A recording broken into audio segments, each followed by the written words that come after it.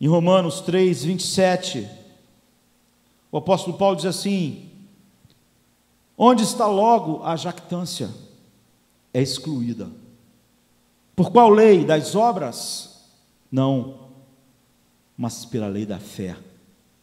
Ele está dizendo o seguinte: todo orgulho é excluído. Pelo quê? Pelos méritos, pela obediência meritória. Ele diz: não, de forma nenhuma. Isso não exclui. As pessoas me perguntam: pastor, por que o senhor prega com tanta ênfase a graça e as doutrinas da graça? Eu acho a pergunta tola, porque, em primeiro lugar, nós devemos pregar o que Deus mandou nós pregarmos, o que está na Bíblia, e eu acho que isso devia bastar. Nós pregamos a graça e as doutrinas da graça com tanta paixão, porque isso é a verdade, isso é o Evangelho, isso deve ser pregado. Os pastores não têm uma mensagem própria. Se Deus os enviou eles com uma mensagem, eles devem pregar o que Deus disse para pregar, não devem avaliar se aquilo é aceitável, não é aceitável, se é difícil ou fácil. E o fato de ser a verdade, ser a ordem que nós temos de pregar a verdade, devia bastar, mas só a graça pode libertar um homem em todos os aspectos da vida. Cada vez menos nossa geração conhece a graça de Deus, a verdade evangélica, na verdade cristã, a graça de Deus. Nós vivemos num mundo em que Paulo descreve em Efésios 4:1 assim: entenebrecidos no entendimento, separados da vida de Deus pela ignorância que há neles e pela dureza do seu coração. Paulo tinha dito lá em Romanos, como nós vimos, que a graça exclui a jactância, exclui o orgulho, destrói o orgulho. Em 1 Coríntios 15:1, Paulo diz: mas pela graça de Deus, eu sou o que sou. Ele atribui à graça de Deus tudo que ele é. Paulo estava livre para viver para a glória de Deus. A maior parte das pessoas que conversam comigo, não. E nós, muitas das vezes, também não. Exatamente por não abraçarmos o Evangelho, como o Evangelho é, o Evangelho que liberta de fato. Quais são as marcas de um coração que foi radicalmente transformado pela graça de Deus? Quais são as marcas da obra da graça de Deus em nossas vidas? Se nós confiamos em Cristo, como o nosso coração deve ser, que marcas ele deve ter? O Evangelho não é só uma questão de comportamento virtuoso, ou um comportamento bom. Isso é pura moralidade. É perfeitamente possível nós termos um comportamento correto, termos uma família correta e sermos pessoas honestas, enquanto nossos corações estão cheios de medo, estão cheios de orgulho, estão cheios de desejos de poder, estão cheios de desejos de reconhecimento. Ou seja, por trás da virtuosidade, toda a negridão da depravação do coração do homem. Mas Paulo está falando, o Evangelho fala de corações que foram alterados na sua raiz, pela graça de Deus. E isso aparece na vida real, não é? E muda tudo. Há um texto do apóstolo Paulo, em 1 Coríntios 3, 21, até o capítulo 4, verso 7, que diz assim: portanto, ninguém se glorie nos homens, porque tudo é vosso, seja Paulo, seja Apolo, seja Cefas, seja o mundo, seja a vida, seja a morte, seja o presente, seja o futuro, tudo é vosso, e vós de Cristo, e Cristo de Deus. Que os homens nos considerem como ministros de Cristo e dispenseiros dos mistérios de Deus. Nós quem? Paulo, Cefas, Apolo. Além disso, requer-se dos dispenseiros que cada um se ache fiel. Todavia, a mim muito pouco se me dá de ser julgado por vós, ou por algum juízo humano, nem eu tampouco a mim mesmo me julgo, porque em nada me sinto culpado. Ou seja, eu tenho a consciência limpa, mas nem por isso me considero justificado, pois quem me julga é o Senhor. Portanto, nada julgueis antes do tempo, até que o Senhor venha, o qual também trará à luz as coisas ocultas das trevas e manifestará os desígnios dos corações. Então cada um receberá de Deus o louvor. E eu, irmãos, apliquei essas coisas por semelhança a mim e a Apolo, por amor de vós, para que em nós aprendais a não ir além do que está escrito, não vos ensoberbecendo a favor de um contra o outro, porque quem é que te faz diferente? E que tens tu que não tenhas recebido? E se o recebestes, por que te glorias, como se não houveras recebido? A igreja de Corinto estava cheia de divisões, de grupos, em compartimentos separados. Aquela igreja tinha sido originalmente fundada pelo apóstolo Paulo, mas depois de Paulo, outros grandes servos de Deus passaram por lá, Apolo, Cefas, Pedro, e eles pregaram, e eles passaram tempo com aquela igreja, e como resultado disso, as pessoas daquele lugar tiveram conexões diferentes com esses homens, esses três homens, Paulo, Pedro, Apolo. Então, algumas pessoas que já estavam lá foram discipuladas pelo apóstolo Paulo, ouviram e cresceram no evangelho pregado por Paulo, mas depois foram também por Apolo, outro grande mestre, e por Cefas, Pedro, e assim por diante. Todo mundo devia estar feliz por ter tido o privilégio de ter tido um relacionamento com o apóstolo Paulo, um homem que tinha uma visão tão estupenda de Deus, e com Apolo, e com Pedro. Mas aquelas relações se tornaram um jogo de poder, surgiram divisões. Algumas pessoas achavam que deviam liderar porque elas eram mais íntimas, e aprenderam com o apóstolo Paulo, e foi discípulo de Paulo. Outros reivindicavam uma relação mais estreita com Apolo, outros com Pedro, e assim por diante, e eles se gloriavam nisso, da sua intimidade com Paulo, da sua intimidade com Apolo, da sua intimidade com Pedro. E nessa passagem, Paulo mostra que a causa da divisão, do orgulho, da separação, da luta entre eles, era o orgulho e jactância. Era isso que estava dividindo aquelas pessoas, e essa é a razão de todas as divisões. Essa é a razão porque não há paz no mundo. Essa é a razão porque não há paz, apesar do homem falar tanto em paz. Essa é a razão porque é fútil acharmos que nossas passeatas produzirão paz no coração do homem. Essa é a razão pela qual as pessoas não vivem bem umas com as outras. Então Paulo disse: portanto, ninguém se glorie, ninguém se ostente, ninguém se orgulhe nos homens, porque tudo é vosso. Ele diz isso no 4:7, ele disse: porque te glorias como se não houveras recebido? Tudo isso não foi dádiva na sua vida. No 4:6 ele diz: não vos ensoberbecendo a favor de um contra o outro, não se tornando orgulhoso a favor de Apolo contra Paulo, a favor de Paulo contra Apolo, a favor de Pedro, e assim por diante, não se orgulhando, não ostentando, diz Paulo. Ele está dizendo: vocês precisam ter um traço da verdadeira humildade. A amizade de vocês comigo fez de vocês um grupo de pessoas que se gloriam porque foram próximas a mim. Se gloriem, se jactam sobre o outro, e o outro porque era mais próximo de Apolo, e assim.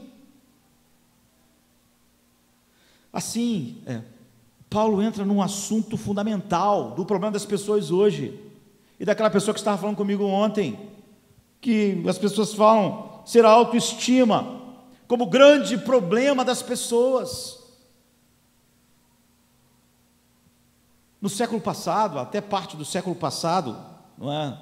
A cultura humana era mais sábia, apesar de toda a escuridão, não é? O mundo e o homem sempre achou que uma pessoa que tem uma elevada visão de si mesmo, uma visão muito grande de si mesmo, é a causa e raiz de todos os males. Qual é a razão para a maior parte dos crimes e violência no mundo?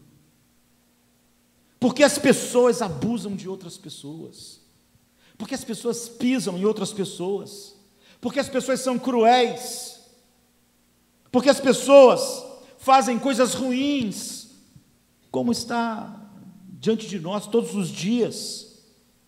A resposta sempre foi por causa da arrogância, por causa do orgulho, por uma alta visão de si mesmo, por se sentir muito importante, por achar que outros são menores. Tradicionalmente, o ser humano sempre viu assim, os arrogantes. A arrogância humana é o problema do mundo, seu orgulho, sua visão de que o mundo inteiro gira em torno dele, e de que tudo e todos devem, de alguma maneira, agradá-lo. Mas a cultura ocidental moderna perverteu completamente isso, e nós temos desenvolvido um consenso cultural, e vocês aqui hoje, apesar de ouvirem o Evangelho, têm sido influenciados por esse consenso cultural da nossa geração, a base da educação contemporânea, e que os nossos filhos recebem, e que enche as nossas vidas. Dizem que os prisioneiros encarcerados, a legislação feita para eles, por exemplo, parte do ponto de partida, do ponto oposto do que era antes. Nós olhamos os presos, os assassinos, e a crença hoje é que a maldade humana, de todos os seres humanos, e essas que se acentuam mais, é porque elas têm uma autoestima baixa. É porque elas têm uma autoestima baixa que elas são mais, e que elas fazem essas coisas, cometem crimes, e são viciados em toda sorte de coisas. Os maridos batem nas mulheres, não é porque eles são maus, egoístas, é porque eles têm uma autoestima baixa. Esse é o consenso cultural dos nossos dias, sabe? Um homem é um criminoso porque ele tem uma visão baixa de si mesmo, e essa visão baixa, essa autoestima baixa, faz ele agir daquela maneira doentia e perversa. As pessoas antes diziam, não, é porque esse homem tem uma visão muito elevada de si mesmo, ele acha que pode matar alguém porque ele quer alguma coisa, ele acha que pode pisar nas pessoas, ele acha que pode avançar todas as pessoas no trânsito, porque ele é arrogante. Mas agora nós pervertemos isso, e nós falamos que é o oposto disso, é porque aquela pessoa tem uma autoestima baixa, não é? Eu estava lendo uma psicóloga, a psicologia moderna que criou esse consenso cultural terrível, mas até alguns psicólogos estão vendo o monstro que foi produzido, e ela estava dizendo algo que não é inovador, mas que agora se começa a perceber. Ela diz, não há nenhuma evidência de que a baixa autoestima é um grande problema da sociedade. Não há nenhuma evidência que os problemas da sociedade fluem de uma autoestima baixa, e sim o oposto. As pessoas com uma elevada autoestima representam uma ameaça maior para aqueles que estão ao seu redor, para a sua família, o esposo para a esposa para o esposo. Aquelas pessoas que se sentem mal sobre si mesmas, não é? Não são a maior fonte de problema social da nossa geração. É bom, não é, ver isso, mas ela mesmo diz, apesar disso, vai levar anos, anos e anos, até que a sociedade aceite isso de volta. Por quê? Porque isso está enraizado em nós, não é? A nossa psique está enraizado lá na nossa psique, de que é uma visão baixa de nós mesmos, que produz todos os males que nossas vidas refletem. É por isso que nas igrejas as pessoas não gostam de mensagens que falam sobre o pecado, sobre o homem ser miserável, porque as pessoas pensam, isso vai baixar a autoestima das pessoas, isso é ruim, isso é mal, porque os crentes não são guiados pela Bíblia, eles fazem parte desse consenso da sociedade, que uma visão elevada de si mesmo é tudo que o ser humano precisa. E o Evangelho, a verdade do Evangelho, que humilha a arrogância humana, virou um problema. Não está nas mensagens mais. As pessoas querem vir ao culto para se sentirem bem consigo mesmas. Elas querem ouvir do pastor coisas que elevem sua autoestima. As pessoas dizem, estou cansado de ouvir mensagens que me coloquem para baixo. Esse é o eco do mundo. Por quê? A teoria de que a autoestima baixa que gera o mau comportamento foi abraçado por toda a sociedade e infelizmente até pela igreja, porque a maioria dos cristãos compra esse lixo, porque ele é extremamente favorável ao homem. Ele está dizendo, não faça julgamentos morais. Você vê um homem na sarjeta, você vê um homem alcoólatra, não faça julgamentos morais, coitado, é a autoestima dele que é baixa, ele está precisando de ser tratado. Você vê um homem em um presídio que matou pessoas, estuprou mulheres, coitado, essa pessoa tem uma autoestima baixa, ele acabou fazendo essas coisas, esse cara tem que falar na cadeia para nós tratarmos dele, tratarmos para ele ser uma pessoa, se ver como ele é uma pessoa importante, grande, maravilhosa, então ele vai ser uma pessoa melhor. As culturas tradicionais do passado lidaram com isso de uma maneira completamente oposta. Eles cercaram essas atitudes e disseram, isso é mal, isso é maldade, isso é expressão da maldade humana. Jesus disse, de onde vêm as maldades, os crimes dos vossos corações? Mas Jesus não entendia nada de psicologia dos nossos dias. Isso acabou com a autoestima daquelas pessoas, sabe? Não chame as pessoas demais, dizendo que elas são maravilhosas. Vamos tentar elevar a autoestima de todos os homens, e esse mundo será melhor. Não faça mais julgamentos morais. A mulher é uma prostituta, o homem é um prostituto. Não faça julgamentos morais, rapaz. Pense no que levou essa pessoa a ter uma baixa autoestima para ser, sabe? Essa pessoa precisa de cuidados, de tratamentos. Isso não é mal. Não há julgamentos morais aí. Mas Paulo dá uma abordagem completamente diferente, sabe, a respeito de autoestima. Totalmente diferente. Paulo fala sobre a condição natural do ego humano aqui. E depois ele fala sobre a transformação que o Evangelho produz. E depois ele diz como viver e experimentar essa transformação.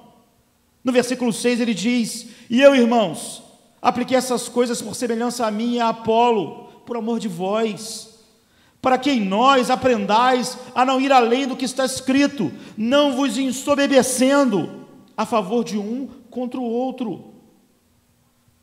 Claro, você vai dizer, olha, a questão aqui é um orgulho inadequado. Paulo usou uma palavra muito peculiar aqui, não é?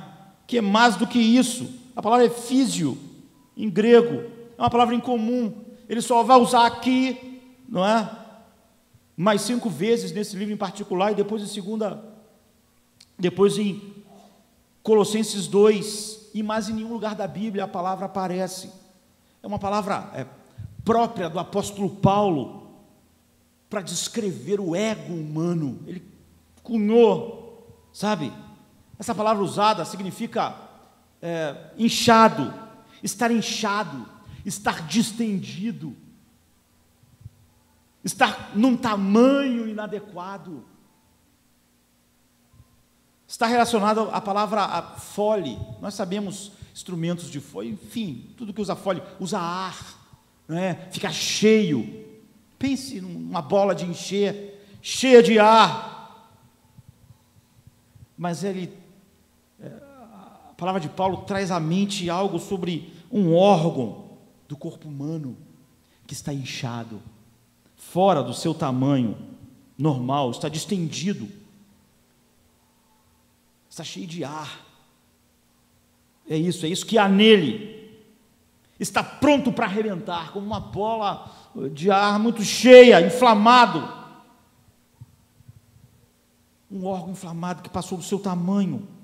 Paulo diz, essa é a condição do ego natural do ser humano. É assim que o ser humano nasceu nesse mundo. Seu ego é assim, é inchado. E essa é uma metáfora sugestiva para nós refletirmos, para nós pensarmos em tudo que envolve isso. Nós podemos ver outras coisas, mas 4 coisas, pelo menos, fluem disso que Paulo está dizendo, que é algo vazio, algo doloroso, ocupado e frágil. Ele diz, assim é o ego humano. Esse é o problema de vocês em Corinto. Vocês não estão se degladiando e se devorando, porque vocês têm uma baixa autoestima, que está levando vocês a isso. Não, não. Em primeiro lugar, vazio. Ele aponta para o fato de que existe um vazio no centro do ego humano, não é? Ele está inchado, superinflado, não tem nada no centro, ele é vazio apesar de inchado, ou seja, ele está cheio de ar, não é? A bola de encher está cheia, mas quando a gente deixa sair, não sai nada, só tinha ar dentro. É um cheio de nada, é um cheio de ar. Kierkegaard, não é? Ele diz, numa de suas obras, que o homem tenta construir sua identidade, o seu ego, em torno de algo além de Deus. E esse é o problema, ele diz. Que o orgulho, é o que Paulo está dizendo, é uma ilusão de que nós somos competentes de executar as nossas próprias vidas, de levar nossas vidas adiante, de alcançar um senso de autoestima. O orgulho nos leva a achar que nós somos competentes o suficiente para criar uma autoestima em nós, mesmo nós sendo quem nós somos, e de encontrar um propósito para a vida, um propósito para a nossa existência breve, como diz Tiago, né, como nós lemos no início do culto, Tiago 4:14, nossa vida breve. Nós achamos que podemos achar um significado para ela sem Deus, um sentido para a vida que edifica o nosso ego, o ego humano, em algo que é construído além de Deus. Nós acreditamos nisso. Paulo diz, esse é o orgulho. Ele procura algo, o ego humano, ele procura um senso de valor. O ser humano quer sentir que ele tem um valor, ele quer construir isso, mas além de Deus. Ele quer construir um senso de que ele é especial e maravilhoso, um senso próprio, construído sobre essas ideias. E Paulo está tocando exatamente no centro nevrálgico do nosso problema. Sabe, qualquer coisa que a gente tente colocar no lugar que foi feito para Deus, é óbvio que vai ser pequeno demais, inadequado demais. Então Paulo diz, é assim que é o ego natural do ser humano. O orgulho é um balão cheio de nada. Ele é cheio, inchado, mas ele é vazio, não tem nada no centro. Em segundo lugar, É doloroso o ego humano, porque ele é distendido, Paulo diz. Ele fala que ele é inchado. Você já percebeu, não é? Isso é comum à medida que você vai envelhecendo, e também nos momentos de enfermidade, da infância, da juventude, que você não percebe o seu corpo, até que haja algo de errado nele. É o que está acontecendo hoje aqui com vocês, esta noite, não é? Quando nós estamos andando por aí, nós não ficamos pensando no nosso fígado, nem no nosso estômago, não é? Nem no nosso coração, nem na nossa coluna. Não pensamos nessas coisas. Não ficamos pensando como meus cotovelos funcionam maravilhosamente. Eu estou caminhando, como as articulações são lindas. Você não pensa nelas. Você não pensa nada a respeito. Você só pensa sobre o seu corpo quando alguma coisa está errada com ele. Você só lembra que tem estômago quando começa a sentir um treco no estômago. Você só sabe que tem coluna quando você começa a fazer uma certa idade, começa a sentir um monte de coisas estranhas, dormências, arrepios, fica quente, fica frio, dói. Você perde a sensibilidade na ponta dos dedos. Aí você descobre que você tinha uma coisa chamada coluna. Antes você não pensava nela. Estava funcionando. É quando não funciona o corpo humano que você pensa nele. Isso ocorre o tempo inteiro. Você não pensa nos seus dedos, a não ser que o dedo esteja doendo. E assim sucessivamente. O ego muitas vezes dói. Isso é porque há algo terrivelmente errado com ele. Nossos corpos, qualquer membro dói quando há algo errado. Naturalmente, você não está sentindo os seus órgãos, eles estão funcionando bem. Quando você começa a sentir eles, é porque algo está errado. E o ego muitas vezes dói porque há algo incrivelmente errado com ele. Então o ego está sempre chamando a atenção para si, sempre chamando a atenção para si. É o que o apóstolo Paulo diz. O nosso dedinho, ele chama atenção para ele quando ele está doendo. Ele está dizendo, socorro, tem uma coisa errada aqui.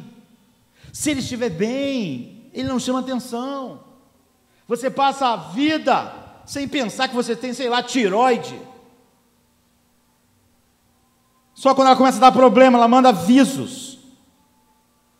Chama atenção para ela. E é isso que o ego faz todo o tempo. Ele é vazio e ao mesmo tempo ele é doloroso. Ele chama atenção o tempo inteiro para ele, sempre fazendo nós pensarmos em como somos olhados, em como somos tratados, no que as pessoas pensam de nós, como elas nos tratam, se nós somos bem ou mal tratados.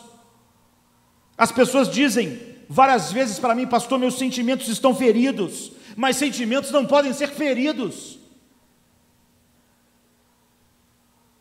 Quando a pessoa diz, olha, meu sentimento está ferido, meu amor foi machucado. Não, meu amigo, o seu ego está doendo. Não seus sentimentos, mas seu senso de identidade foi tocado por alguma coisa. Nossos sentimentos estão sempre bem, mas é o ego que dói. O ego não faria isso se não tivesse algo terrivelmente errado com ele. Ele está sempre chamando atenção para ele o tempo inteiro, sabe? E é difícil passar o dia inteiro sem se sentir desprezado, ignorado, ou estúpido, ou valorizado, ou nos sentirmos bem. Ou o ego está sempre chamando atenção para ele. Quando ele está satisfeito, ou não está. Em primeiro lugar, isso é porque há algo errado com o meu ego. Há algo errado com a minha identidade. É o que Paulo está dizendo para eles. Há algo errado com o senso, não é, próprio das nossas vidas. Então, em primeiro lugar, ele é vazio. Em segundo lugar, ele está inchado, não é? E distendido. Por isso ele é doloroso. Ele chama atenção para ele o tempo inteiro. Em terceiro lugar, ele é incrivelmente ocupado, o nosso ego. Em outras palavras, ele está sempre chamando atenção para ele, ocupado, tentando preencher o vazio, ocupado, fazendo duas coisas em particular. E é o que Paulo está dizendo que aquelas pessoas estavam fazendo: comparando e se jactando, comparando e se orgulhando. E você pode ver isso aqui, ele diz no 4:6, não vos ensoberbecendo a favor de um contra o outro. Paulo não está dizendo simplesmente, você não deve ter orgulho, mas ele está dizendo, você não pode ter orgulho de um homem contra o outro. Paulo, Apolo, Cefas, essa é a essência do ego humano natural.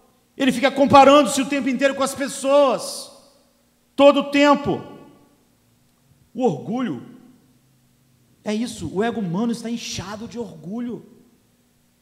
C.S. Lewis, escrevendo um livro famoso chamado Cristianismo Puro e Simples, ele aponta isso: o orgulho é algo competitivo todo o tempo.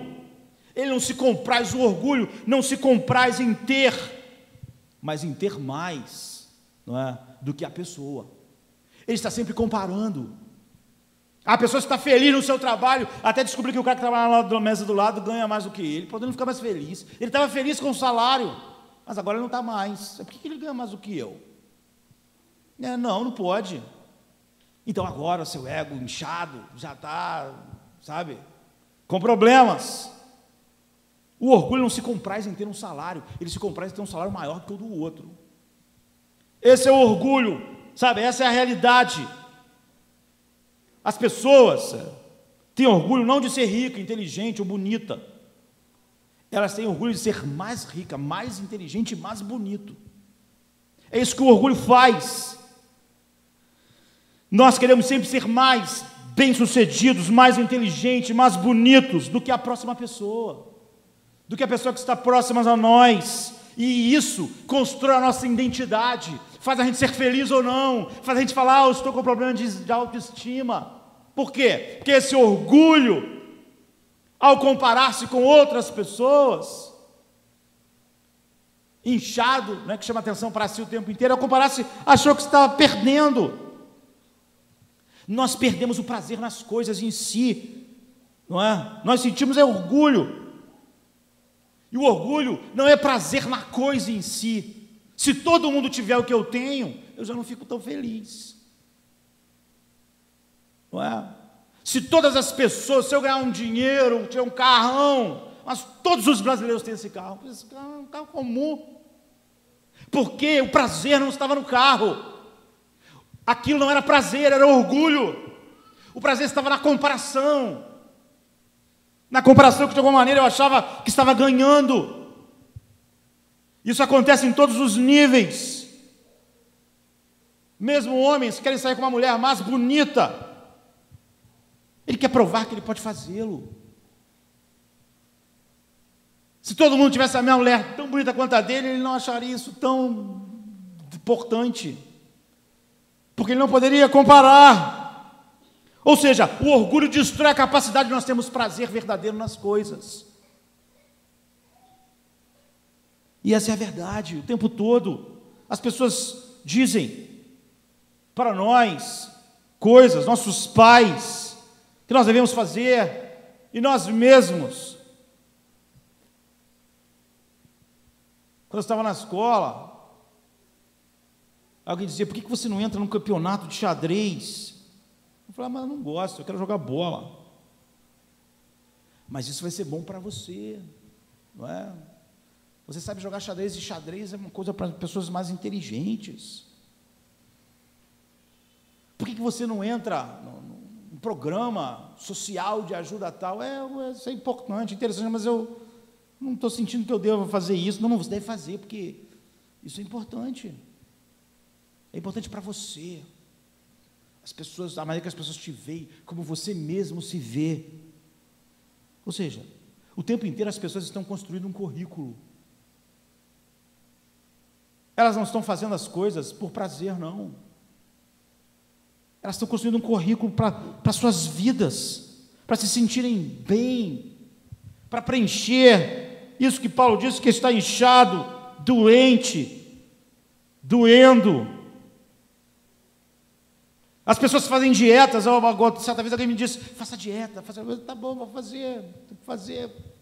colesterol, né? Não. Quando você começa a emagrecer, a sua autoestima sobe.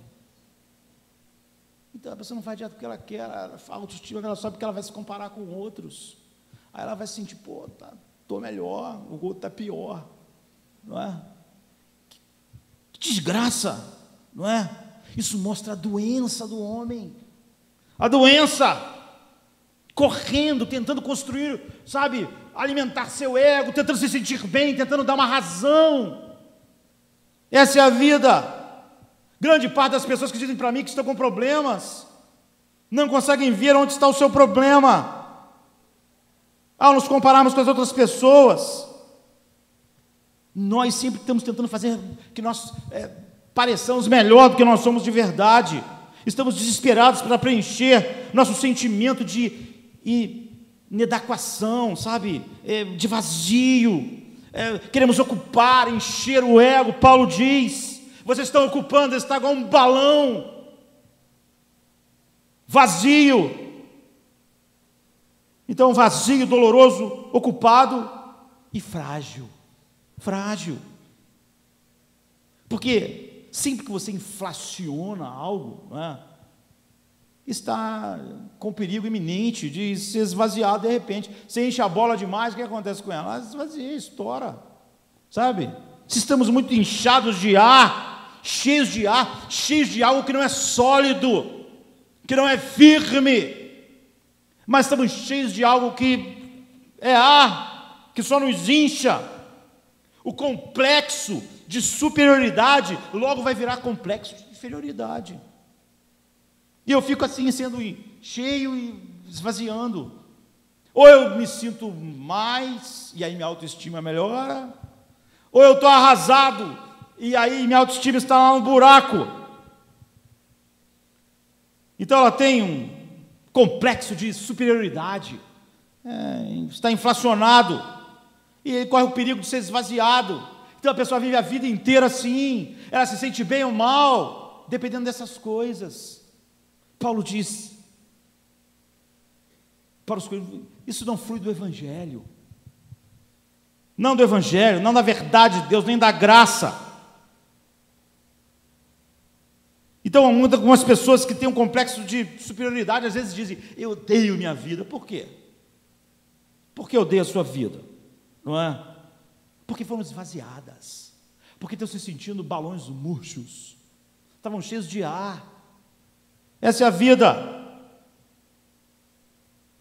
E é isso que faz o ego frágil, vazio, doloroso, ocupado, portanto frágil, sabe? Eu estava lendo esses dias uma entrevista de uma das maiores cantoras pop de todos os tempos, se não a maior, e ela estava dizendo: olha, eu dirijo a minha vida. Eu gostei, assim, não do que ela estava dizendo, mas da sinceridade. Eu dirijo minha vida com medo de ser medíocre. Eu estou sempre pressionando e empurrando para descobrir que eu sou uma pessoa especial. Então eu me sinto medíocre, desinteressante, a menos que eu faça uma coisa que a crítica, o público goste, sucesso. E ela é uma das maiores cantoras pop de todos os tempos. Ela disse isso. Mas ela disse: então eu me sinto assim. Milhões de discos, shows. Mas minha luta não termina, porque logo, logo eu sinto que eu preciso de novo disso tudo, sabe? Eu vou dizer, aquela pessoa, essa cantora, ela conhece mais a si mesma do que grande parte das pessoas que estão na igreja. Toda vez que ela realiza algo que ela acha importante, ela se sente bem. Porque ela agora tem o veredicto da multidão, o veredicto das pessoas. Você é maravilhosa, você é o máximo. Mas no dia seguinte, ela diz: eu percebo que eu não sou ainda. A luta começa tudo de novo. Meu ego, ela disse, nunca está satisfeito. Meu senso de autoestima, minha necessidade de ter certeza que eu sou alguém, começa a me perturbar de novo. Eu achava que tinha vencido, mas no outro dia começa tudo de novo. Um outro disco, outro show, outra crítica. Então eu tenho que procurar algo, porque meu ego é insaciável. É o que ela disse. Na noite seguinte eu estou sem nada, estou nua. Eu me tornei alguém, mas eu preciso me tornar alguém de novo, e alguém de novo, e alguém de novo. Ela está na frente da maioria das pessoas, porque pelo menos ela viu o óbvio da vida humana. Ela sabe pelo menos algo a respeito dela. Muito melhor do que pessoas que às vezes sentam em igrejas a vida inteira e não conseguem ver nem o óbvio. Esse é o estado normal do ser humano. O que ela está descrevendo é o que Paulo está falando aos coríntios. Vocês estão lutando e reivindicando que são especiais porque eram meus amigos, que são mais especiais do que as pessoas que eram mais próximas de Apolo, que são pessoas mais importantes. Vocês estão se gloriando na minha amizade.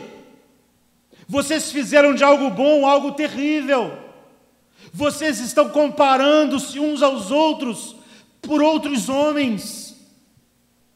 Eu sou mais amigo de Paulo, eu sou mais amigo de Apolo. Apolo é mais importante que Paulo. O que faz de mim, que fui ensinado por Apolo, alguém mais importante que devia ser o líder aqui, e não aquele que foi ensinado por Pedro.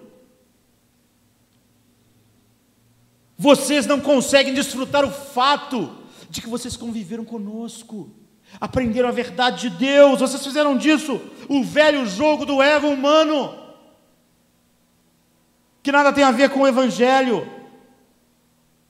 A diferença que o Evangelho faz, grande parte dos problemas das pessoas que falam comigo sobre isso, sobre sua autoestima, é esse o problema. É o Evangelho que não fez diferença nenhuma. A pessoa ainda está jogando o velho jogo. O Evangelho transforma tudo. Seu senso de autoestima, sua identidade. Seu ego opera de uma maneira completamente diferente, né?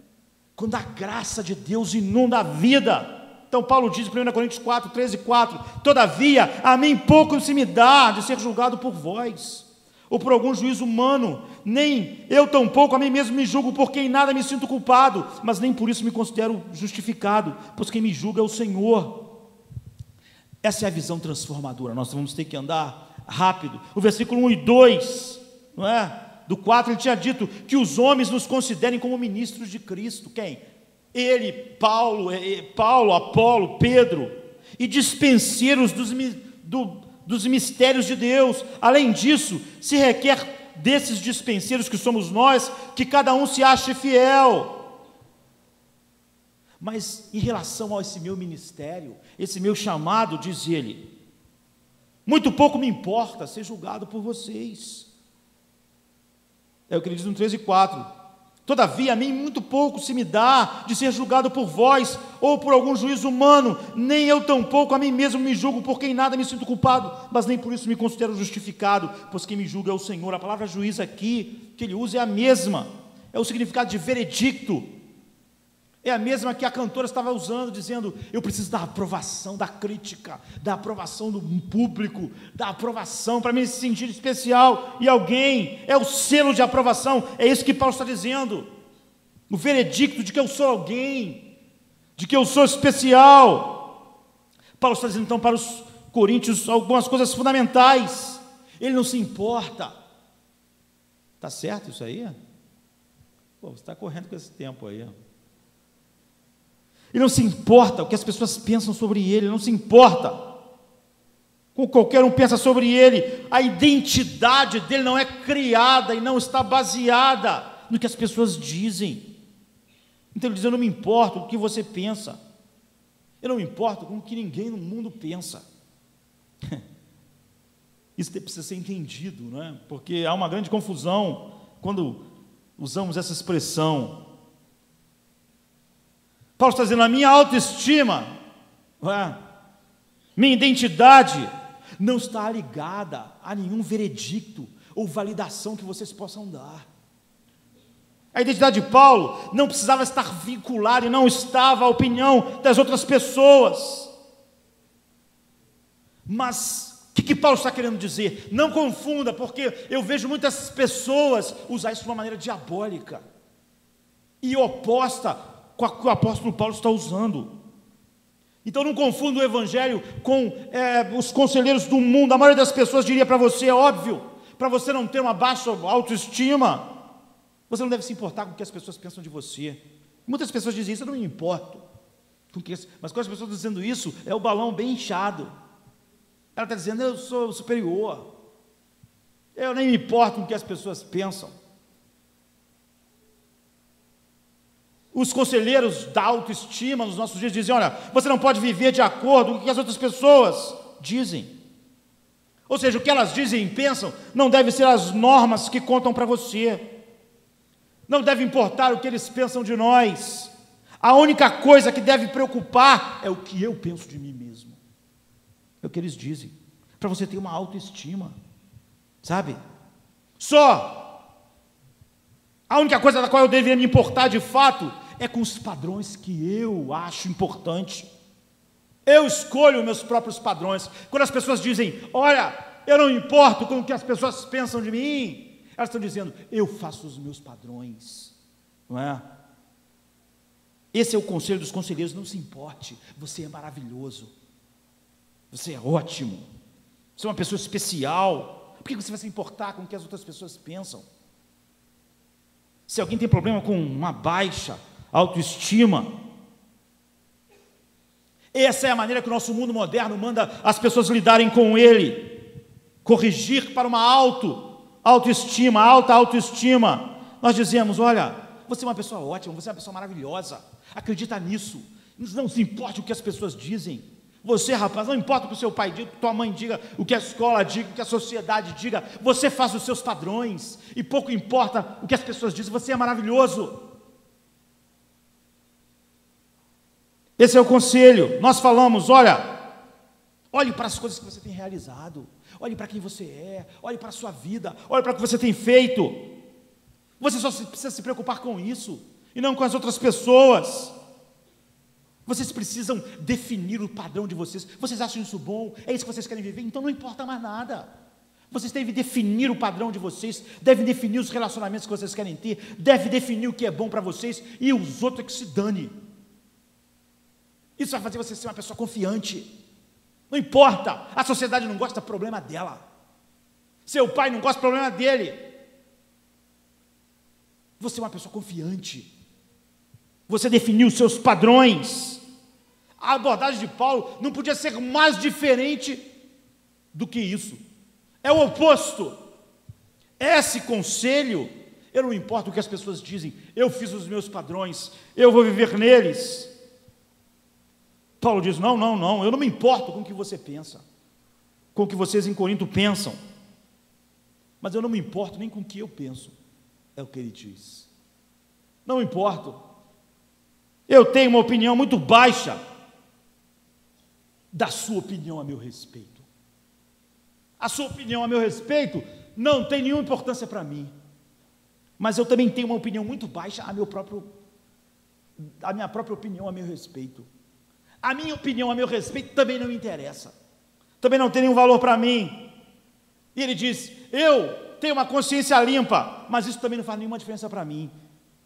É o que ele diz no versículo 4, minha consciência está limpa, mas isso não faz de mim inocente. Por quê? Ele diz em outra versão, mas isso não me justifica, porque muitas pessoas dizem que têm a consciência limpa, e elas podem simplesmente ter uma consciência morta. Hitler podia dormir 8 horas por dia, sem se sentir culpado. Ele podia dizer, eu tenho uma consciência limpa, eu estou fazendo isso para um bem maior. Os judeus estão oprimindo a Alemanha.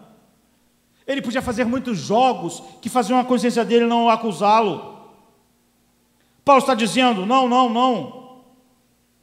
Você não deve definir os seus padrões. Eu não faço isso. Isso é armadilha. Essa é a armadilha que a graça libertou, sabe? Não nos preocuparmos com os padrões que o mundo estabeleceu. O mundo diz: defina o seu próprio padrão, sua moralidade, e os outros que se dane. Você é maravilhoso, pense em você mesmo como alguém maravilhoso. Se as pessoas não acham isso, problema delas. Se veja como uma pessoa maravilhosa, você vai se sentir bem. Isso é a doença, não é a cura. Isso não é a resposta. As pessoas dizem: reforce sua autoestima, vivendo nos seus próprios padrões e não se importando com mais padrão nenhum. Não se entregue. Se você não pode viver à altura dos padrões do seu pai, isso vai fazer você se sentir horrível. Se você não pode viver, sabe, nos padrões que a sociedade colocou, isso vai fazer você se sentir horrível. Talvez a solução é você criar os seus próprios padrões. E aí você vai se sentir, você vai em frente. Mantenham-os. Mas você não pode se manter também, a não ser que você bote seus padrões lá no chão, baixo.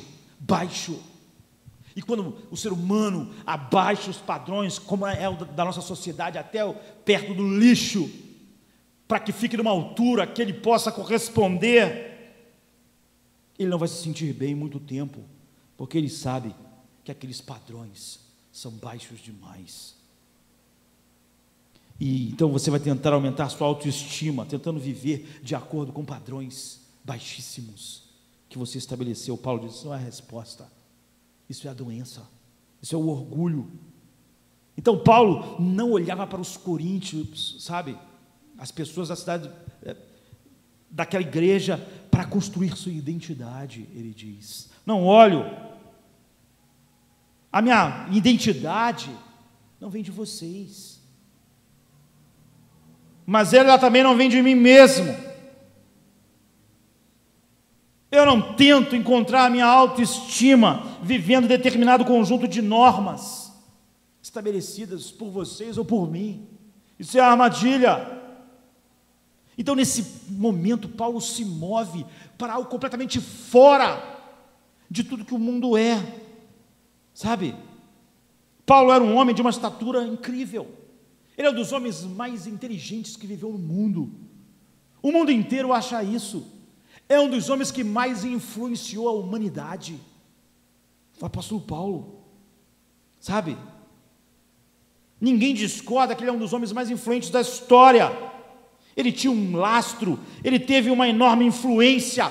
Paulo tinha uma confiança invencível. Ele avançou, nada perturbava Paulo. Ele não dizia: minha autoestima está baixa, porque as coisas... Não! No entanto, Paulo faz algo que sai completamente da linha de tudo aquilo que o mundo pensa. E a maioria das pessoas que estão nas igrejas hoje, ele diz assim: Jesus Cristo veio ao mundo para salvar os pecadores, dos quais eu sou o principal. 1 Timóteo 1,15. Eu sou o pior, sabe? Isso está fora do mapa. Porque alguém diria: isso é uma baixa autoestima, você é o pior de todos os pecadores. Não. Isso é engraçado. Nós não estamos acostumados a ver alguém com tanta confiança como o apóstolo Paulo tinha, tendo uma opinião baixa a respeito de si, assim. Não estamos habituados a ver alguém que é totalmente honesto e consciente da realidade do interior do homem natural, sem a operação de Deus, e ainda assim ter esse equilíbrio, sabe? Nós não podemos fazer isso, porque se nós enfrentarmos a visão de que nós somos miseráveis, nós nos sentimos mal, nossa autoestima vai para o buraco. Mas Paulo diz: não é isso que constrói a minha identidade, o que vocês pensam, o que eu penso, sabe? Ele não está conectando e construindo sua identidade no fato da verdade, de que ele é o principal dos pecadores. Ele não fez uma pesquisa científica pesando o pecado de todo mundo para ver que ele era o principal. É porque alguém que está convencido pelo Espírito Santo das mazelas do seu coração, ele não consegue imaginar que alguém esteja pior do que ele internamente, no fracasso moral do homem sem Deus. porque os outros ele só pode imaginar quão mal elas possam ser, mas quando alguém é convencido pelo Espírito, ele sabe de primeira mão, ele não precisa imaginar, ele vê o seu coração. Paulo diz, não são meus pecados, nem minhas realizações, ele diz, pela graça de Deus eu sou o que sou, eu não estou construindo minha identidade, como o mundo faz, ele se recusa a fazer isso, nada podia ser mais diferente. Se eu pensar em mim como uma pessoa ruim, eu não tenho nenhuma confiança mais. É por isso que as pessoas na igreja pedem, os pastores não podem falar coisas ruins a nosso respeito, porque senão nós não conseguimos mais viver. Aquele ego que Paulo falou, não é? Inchado, sem nada, fica vazio. Se eu pensar que eu sou um pecador miserável, que mereço ir para o inferno, que não há nada de bom em mim, que todos os meus atos de justiça são trapos imundos, e tudo que eu faço é horrível aos olhos de Deus, então eu vou ficar massacrado. É o que as pessoas dizem, então joga o evangelho fora, pastor, não pregue a verdade para nós. Nós preferimos um bezerro de ouro do que Deus. É isso que Israel falou. Moisés pede para Deus não falar mais com a gente fica desesperado com o que ele falou. Eles preferiam um bezerro de ouro que não fazia julgamentos morais. Aí a autoestima deles melhorava, sabe? Paulo diz, não. Ele diz algo impressionante, eu não me importo com o que você pensa, eu não me importo com o que eu penso. Ele está indo para um outro território, ele está falando sobre a verdadeira humildade. Nosso tempo está acabando, eu sei. Eu odeio usar a expressão humildade, porque ela, para as pessoas hoje, quer dizer outra coisa, sabe? Paulo está dizendo que ele chegou num lugar onde o ego dele não estava mais chamando a atenção para ele, não estava mais inchado, onde o ego dele não era mais um dedo doendo, chamando a atenção o tempo inteiro, era como um órgão saudável, que você não sente mais, que está funcionando direito, o ego dele não está mais doendo, ele está dizendo, é isso que o evangelho da graça faz,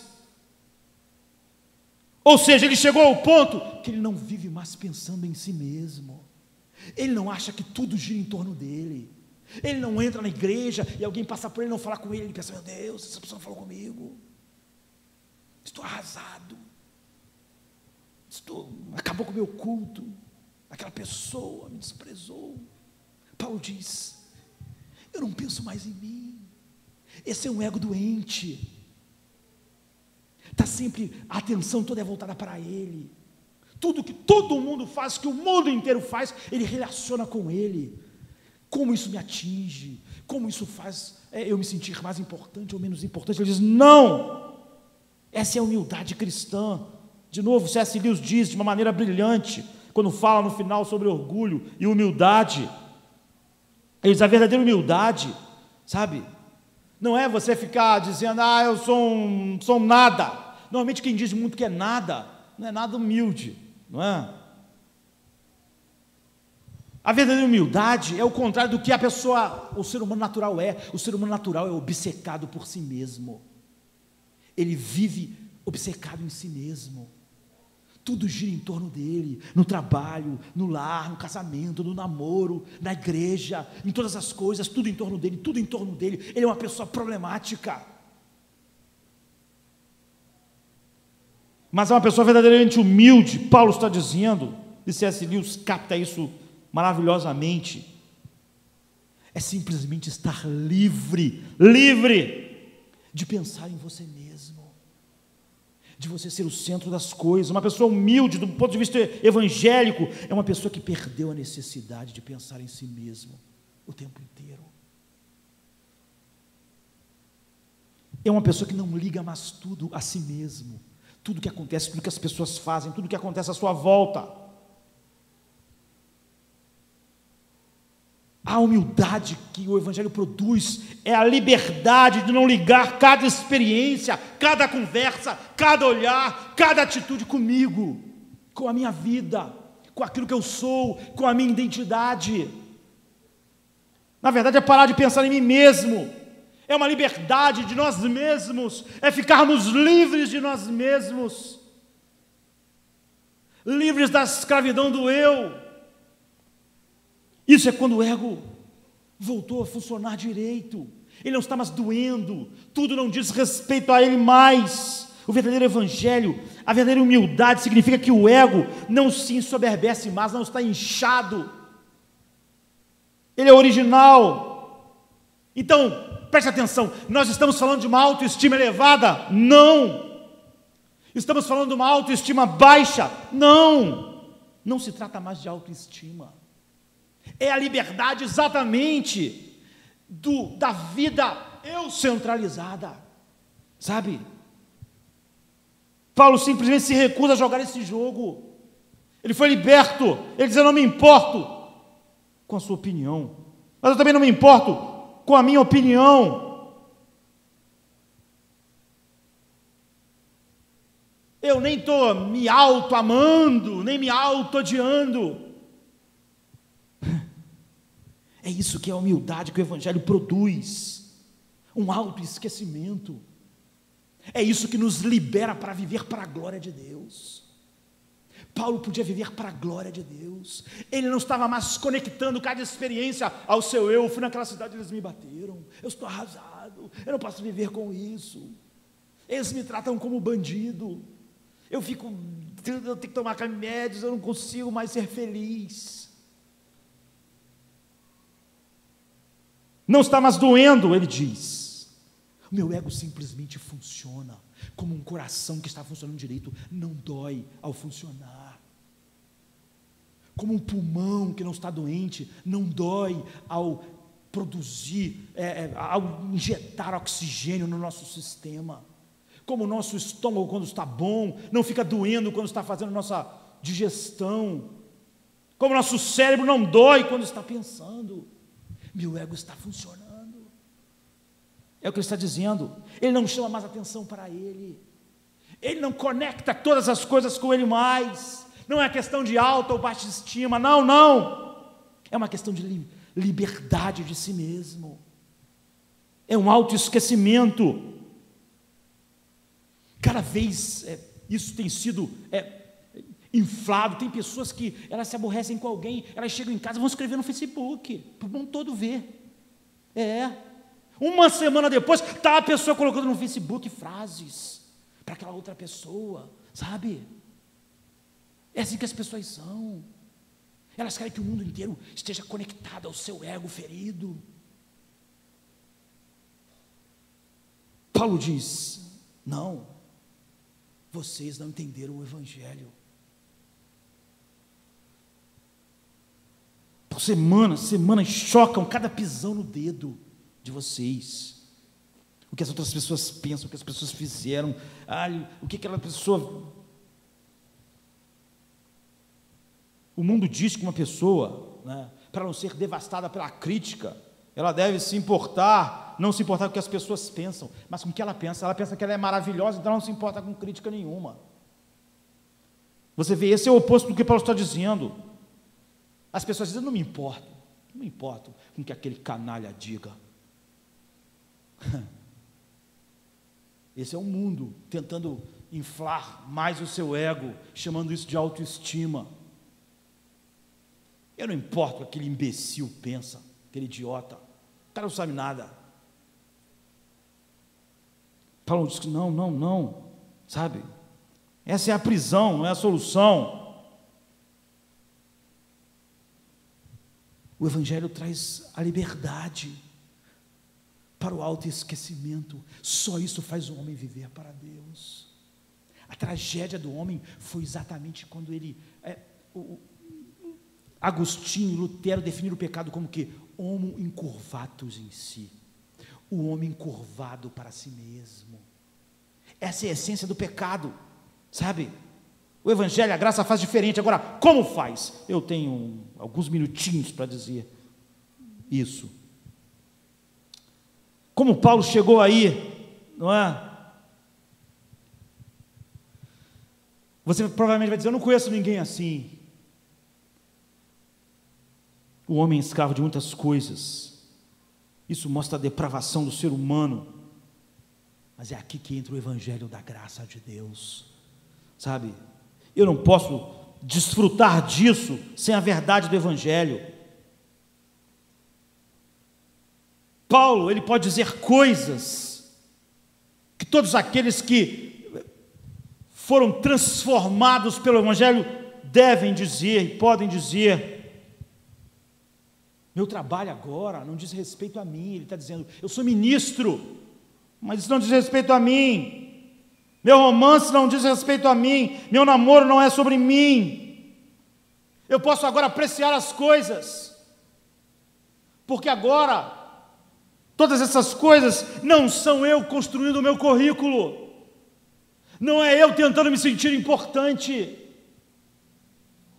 não é eu tentando usar tudo isso para preencher o vazio que não me dá sentido para a vida. Isso está fora, isso é o evangelho, está fora de toda a ideia humana. Como chegar assim, como chegar a esta visão? Paulo diz, olha, eu não me importo com o que você pensa, não me importo com o que eu penso, eu não me importo se minha consciência está limpa, porque isso não faz de mim uma pessoa inocente. Muitas pessoas que dizem que estão com suas consciências limpas estão com a vida toda errada. Eu não vou ser justificado pela minha consciência, e a palavra que ele usa para justificar é a mesma que ele usa em Romanos e em Gálatas para falar sobre a nossa justificação. Paulo está dizendo, eu não dou o veredicto final, nem as pessoas, eu não estou procurando a cada dia um veredicto, eu não estou mais no jogo de comparação do mundo para construir o meu ser, meu senso de importância, como isso acontece. Meu problema agora, diz Paulo, não é mais alta ou baixa autoestima, porque quem vive assim, vive o dia inteiro no tribunal, dependendo daquilo que as opiniões fizerem, ou de como ele achar que está em relação à visão das pessoas, ele se sente bem ou mal. As pessoas acham que eu estou feio, então eu estou mal, as pessoas acham que eu sou maravilhoso, eu estou bem, ou então não importa o que elas dizem, eu mesmo acho que eu sou maravilhoso, para me sentir bem. Essas pessoas estão vivendo no tribunal o tempo inteiro, é o que aquela cantora disse, ela precisa disso. Paulo diz, eu estou fora, eu descobri há muito tempo que eu não posso me justificar.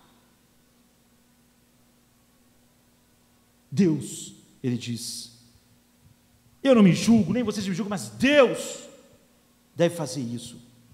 É isso que é o evangelho da graça, é isso que nos liberta, é isso que faz nós vencermos. Ele está dizendo, a minha autoimagem é construída, sabe, não para eu ser uma boa pessoa, ou não na comparação de mim com as outras pessoas, e nem na comparação de mim com a opinião do mundo, da sociedade, nem a minha própria.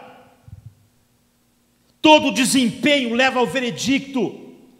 É isso que o budista está buscando, ser uma pessoa que receba um veredicto, você é bom. É isso que o muçulmano busca, e é isso que a maioria dos cristãos estão buscando. Eis o problema de nunca entender a graça de Deus. É um cristianismo sem a graça. Ele é igual ao budismo, é igual ao espiritismo. É sempre o homem avaliando os desempenhos. Qual é o problema? Paulo está dizendo, o cristianismo, sabe, não é o desempenho que leva ao veredicto, é o contrário. Em todos os sistemas do mundo, ele tem o desempenho, depois ele se julga, o mundo julga, todo mundo julga, e aí, dependendo do veredicto, ele se sente bem. Se o veredicto das pessoas não for bom, ele mesmo faz o seu veredicto, e ele quer se sentir bem, ele precisa disso. O desempenho dele precisa de se sentir bem. Mas no cristianismo, não. Acontece o oposto. O desempenho flui depois do veredicto. Deus disse a respeito de Jesus, este é o meu filho amado, em quem eu estou completamente satisfeito. Romanos 8:1 diz, portanto, nenhuma condenação há para aqueles que estão em Cristo Jesus. No cristianismo, no momento em que o homem é regenerado, justificado por Deus, a justificação não é só dizer que alguém não carrega mais a culpa.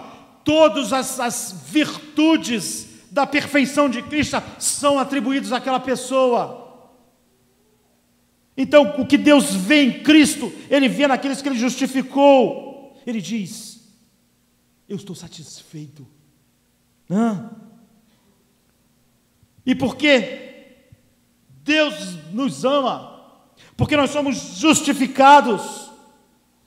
Eu não estou mais construindo um currículo quando vivo para Deus, ou quando vivo todas as esferas da vida na qual eu vivo para Deus. Eu estou livre para viver para a glória de Deus. Amém, queridos? Eu passo a fazer coisas pela alegria de fazê-las, pela nova vida que está em mim. Eu não ajudo as pessoas, é isso que faz as obras de caridade mais profundas não valer nada diante de Deus. Eu não faço isso para me sentir bem comigo mesmo, para construir a minha identidade. Não é para preencher um vazio, não é para me sentir importante, não é para me sentir bom. Eu sei que eu sou mal, e eu não fui aceito por Deus baseado naquilo que eu era. Eu já fui aceito em Cristo. Eu não estou tentando construir um currículo para mostrar a Deus, nem ao mundo, nem a mim mesmo, nem tentando construir minha identidade para preencher um vazio. Eu já tenho o veredicto de Deus: nenhuma condenação há para os que estão em Cristo Jesus. Paulo diz: é nisso que o meu ego foi curado. Ele não está mais no jogo da alta ou da baixa estima. Isso já não funciona mais. O meu ego não dói mais. Ele está funcionando. Sabe, podemos tentar encontrar segurança em rótulos. Uma pessoa religiosa, moral, boa, seja o que for. O desempenho que leva ao veredicto. O cristianismo sem a graça diz isso para as pessoas: o seu desempenho vai... Quando a gente diz sobre a perseverança dos santos, porque Deus opera aquilo, as pessoas não gostam, porque é o desempenho que deve levar ao veredicto, não antes.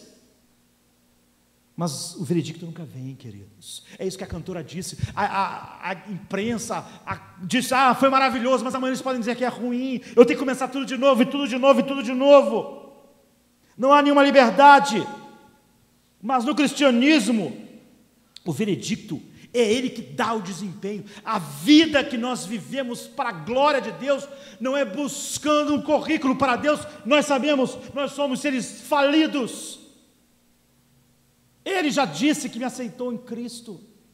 Ele vê toda a beleza e justiça do seu Filho na minha vida. Agora, nada mais diz respeito a mim. Não estou construindo uma identidade baseado no meu desempenho. O veredicto sobre o desempenho nunca pode dar isso, sabe? Paulo diz: não. Eu estou livre. Agora eu sei que tudo que eu era fez Cristo ir diante dos tosqueadores como um cordeiro em silêncio. Ele foi espancado, ele foi morto por causa da minha maldade. Não adianta eu gritar que sou maravilhoso. Mas, no entanto, não é sobre isso que minha identidade é construída, nem sobre o que eu ser uma pessoa maravilhosa, mentir para mim mesmo. Eu sei que Ele levou a condenação que eu merecia. Eu sei que eu merecia o inferno. Eu sei que Ele enfrentou o julgamento que um dia eu teria que enfrentar diante de Deus. E agora, se Deus não me julga, eu não estou mais preso para construir a minha identidade baseada em nada a não ser em Deus. A única opinião que conta para mim. Então é por isso que Jesus disse: para me seguir é um homem que já negou a si mesmo. Ele morreu para suas próprias opiniões. ele tem um ego curado, não está doendo mais. Como agora eu posso me preocupar se alguém me despreza ou não? Como podemos nos preocupar quando vimos o desprezo que ele sofreu por nossa causa? Como nós podemos nos preocupar tendo sido invadido pela verdade da graça que me justificou, de eu ser ignorado, quando eu vejo como ele foi ignorado? Eu não vivo mais olhando no espelho para mim mesmo.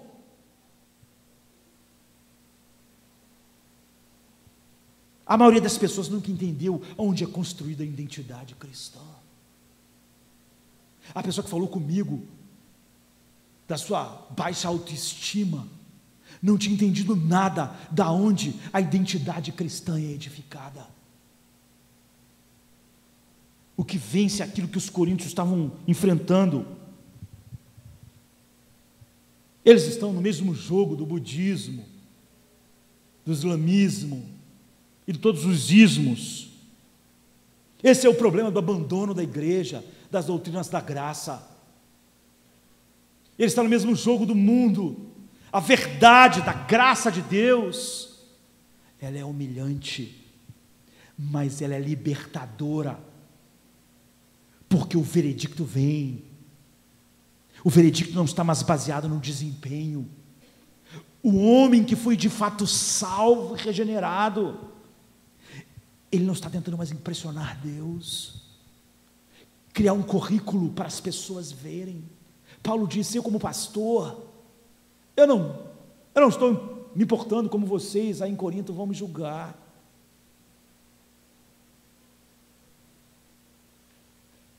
Eu estou completamente focado naquilo que Deus quer. Se vocês me desprezarem, eu não vou ficar com uma autoestima baixa. E se vocês gostarem, não ficarei com ela alta. Isso não é mais um problema para mim. O ego não está doendo mais, não está mais inchado, não está cheio de ar. Deus encheu tudo. Eu já tenho um veredicto. Isso nos leva ao autoesquecimento. Paulo sempre reagiu quando a verdade estava em jogo, mas quando as pessoas pregavam a verdade sem adulterar, mas massacravam, ele diz: olha, importa que o evangelho seja pregado, não é questão, não é mais sobre mim.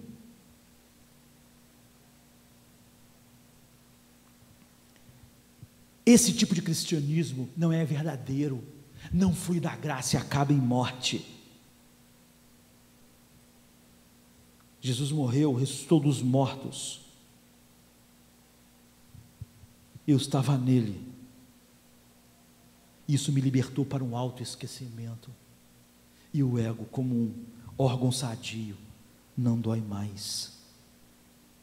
Eu sei que eu não sou aceito por Deus baseado no que eu sou. E agora eu sou livre para viver em santidade, para viver para a glória de Deus, não para impressioná-lo. É ridículo, eu sou o principal dos pecadores, mas pela graça de Deus eu sou o que sou. E a vida que agora vivo, eu vivo pela fé no Filho de Deus. Não mais vivo eu, mas Cristo vive em mim. Meu ego foi curado, ele não dói mais. Eu não conecto tudo que as pessoas fazem comigo mesmo. Eu vivo para o Evangelho, eu vivo para a glória de Deus. Tudo está conectado à glória de Deus. A graça nos liberta para isso, porque ela já tirou de nós a ideia de construir o veredicto. Foi por graça. E agora, é nisso, é na aceitação de Deus em Cristo, que minha identidade foi construída. Meu ego, então, foi curado. Não é uma questão mais de alta ou baixa estima, é de autoesquecimento, para viver para a glória de Deus. Vamos ficar de